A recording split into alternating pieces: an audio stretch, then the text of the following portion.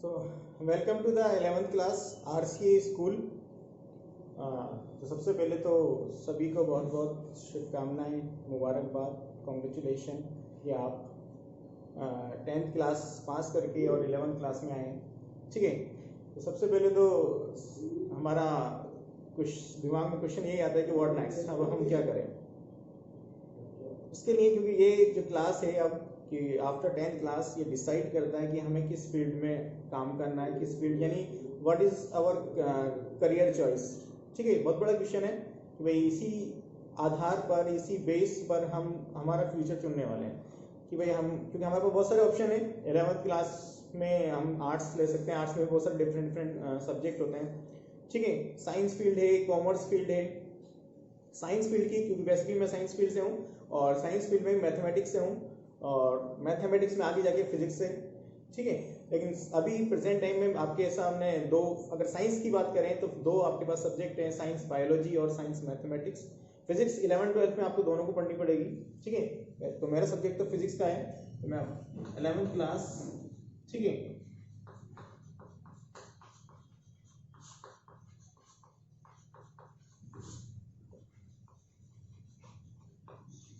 Physics. तो सबसे पहले कि भाई काम लाइफ में हमें करना है। ठीक है, लाइफ हमें जीनी है, हमें हमारे हिसाब से।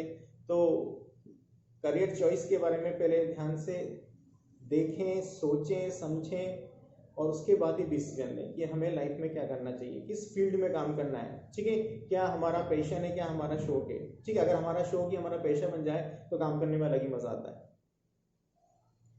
तो इसलिए आप सबसे रिक्वेस्ट है कि जल्दबाजी ना करें।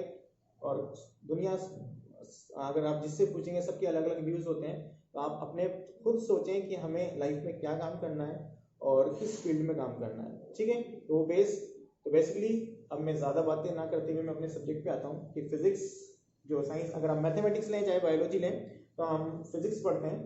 ठीक है, फिजिक्स जो सब्जेक्ट है, ऐसे अभी 11th क्लास में तो एक समराइज में है, अदरवाइज बहुत वाइड सब्जेक्ट है, बहुत फैला हुआ सब्जेक्ट है, काफ़ी नॉलेज है, पढ़ने में बहुत मज़ा भी आता है अगर हम समझ के पढ़ते हैं तो। ठीक है, अगर हम समझ के पढ़ेंगे तो हमें पढ़ने में बहुत मज़ा आएगा, क्योंकि इसमें कनेक्टिव चीज़ें होती हैं, कनेक्टेड चीज़ें होती हैं। यानी एक क्लास से कनेक्टेड चीज़ें, यानी आज की कनेक्टेड चीज़ें कल से होंगी, कल की परसों से होंगी, हो सकता है 1 महीने बाद की कनेक्टेड चीज़ आज की क्लास से होगी। ठीक है, तो हमें आराम से पढ़ना है, धीरे पढ़ना है, लेकिन समझ के पढ़ना है। क्योंकि अगर हम समझ के चीज़ें पढ़ेंगे तो एक दिन ऐसा भी आएगा जब हमारी स्पीड जो होगी वो बहुत तेज़ हो जाएगी, क्योंकि हमें चीज़ें समझ में आने लग जाएंगी। तो बेसिकली हम शुरुआत करें चाहे धीरे करें, बोलते हैं ना slowly slowly and win the rest, तो वही सेम चीज़ है। चाहे आप कोई सा भी सब्जेक्ट लें, चाहे फिजिक्स पढ़ें, चाहे केमिस्ट्री पढ़ें, चाहे मैथ्स पढ़ें, चाहे हिंदी पढ़ें, चाहे इंग्लिश पढ़ें। ठीक है, आप स्लो पढ़ें, इनिशियली में, स्टार्टिंग में स्लो पढ़ें, ताकि हमारी स्टडी जो है वो नॉलेजेबल हो। ठीक है, ना कि उस चीज़ को पढ़कर छोड़ दिया जाए, उसको कनेक्ट किया जाए। एजुकेशन में, स्टडी में, एक बेहतर स्टडी के लिए हमें कनेक्टिविटी आनी चाहिए। अच्छे से अच्छा पढ़ने के लिए हमें कनेक्शन आना चाहिए, क्योंकि कनेक्शन करेंगे तो हमें वो चीज़ें लंबे टाइम तक याद रहेंगी। तो बेसिकली तो भौतिक विज्ञान, बेसिकली हमारे 10th क्लास की बात करूं मैं तो 10th क्लास में हम, वैसे 10th क्लास में फिजिक्स था। ठीक है, साइंस की एक बुक थी, इसमें अलग अलग चैप्टर थे, आपने कार्य, ऊर्जा, शक्ति, इन सबके बारे में पढ़ा होगा, ये सब फिजिक्स से रिलेटेड होती हैं। और तो वहाँ लेकिन एक पर्टिकुलर एक सब्जेक्ट फिजिक्स के नाम से नहीं है, वहाँ साइंस के नाम से आपने पढ़ा है। और साइंस में अलग अलग फिजिक्स भी है, केमिस्ट्री भी है, बायो भी है, मैथ्स तो अलग सब्जेक्ट होता ही है। तो सबसे पहले अगर पूछा जाए तो हमने जो सब्जेक्ट पढ़ा है, तो सबसे पहले क्वेश्चन ये बनता है कि भाई आपने जो सब्जेक्ट पढ़ा है विज्ञान, वो है क्या। सबसे पहले पूछते यही, भाई आप सब्जेक्ट पढ़ रहे हो, ठीक है, तो उसके बारे में आपसे पूछा जाएगा कि भाई विज्ञान है क्या, इसमें आप क्या पढ़ने वाले हो।